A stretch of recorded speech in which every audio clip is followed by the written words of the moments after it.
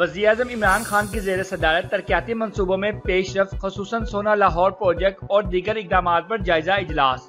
وزیر اعلیٰ پنجاب سردار عثمان بزدار، وزیر اعظم کے معاون خصوصی برائے سیاسی ابلاغ ڈاکٹر شہباز گل، صوبائی وزیر صنعت محمد اسلم اقبال، صوبائی وزیر بلدیات میاں محمود الرشید، صوبائی وزیر تعلیم ڈاکٹر مراد راز، صوبائی وزیر صحت doctor Yasmin Rashid, chief secretary Punjab, commissioner Lahore اور دیگر اعلیٰ حکام نے اجلاس میں شرکت کی۔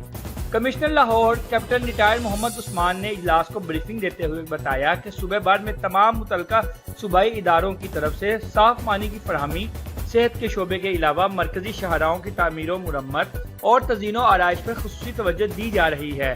ایل ڈی اے لاہور کی مرکزی اور چھوٹی شاہراہوں میں اگلے 6 ماہ میں مرمت اور تزئین و آرائش کا کام مکمل کر لے گی۔ واسا صاف پانی کی فراہمی کے علاوہ بارش کے پانی کی سٹوریج کے لیے واٹر ٹینکس لگانے پر ترجیحی بنیادوں پر کام کر رہا ہے۔ بریفنگ میں مزید کہا گیا کہ صوبے بھر میں سرکاری ہسپتالوں میں صحت کی بنیادی سہولتوں کی فراہمی اور صحت کارڈ کی مؤثر فراہمی کے لیے کام کیا جا رہا ہے۔ کمشنر لاہور نے بریفنگ دیتے ہوئے کہا کہ سونا لاہور پلان کے تحت شہر میں آلودگی، صفائی اور دیگر انتظامی مسائل کو ترجیحی بنیادوں پر حل کیا جائے گا۔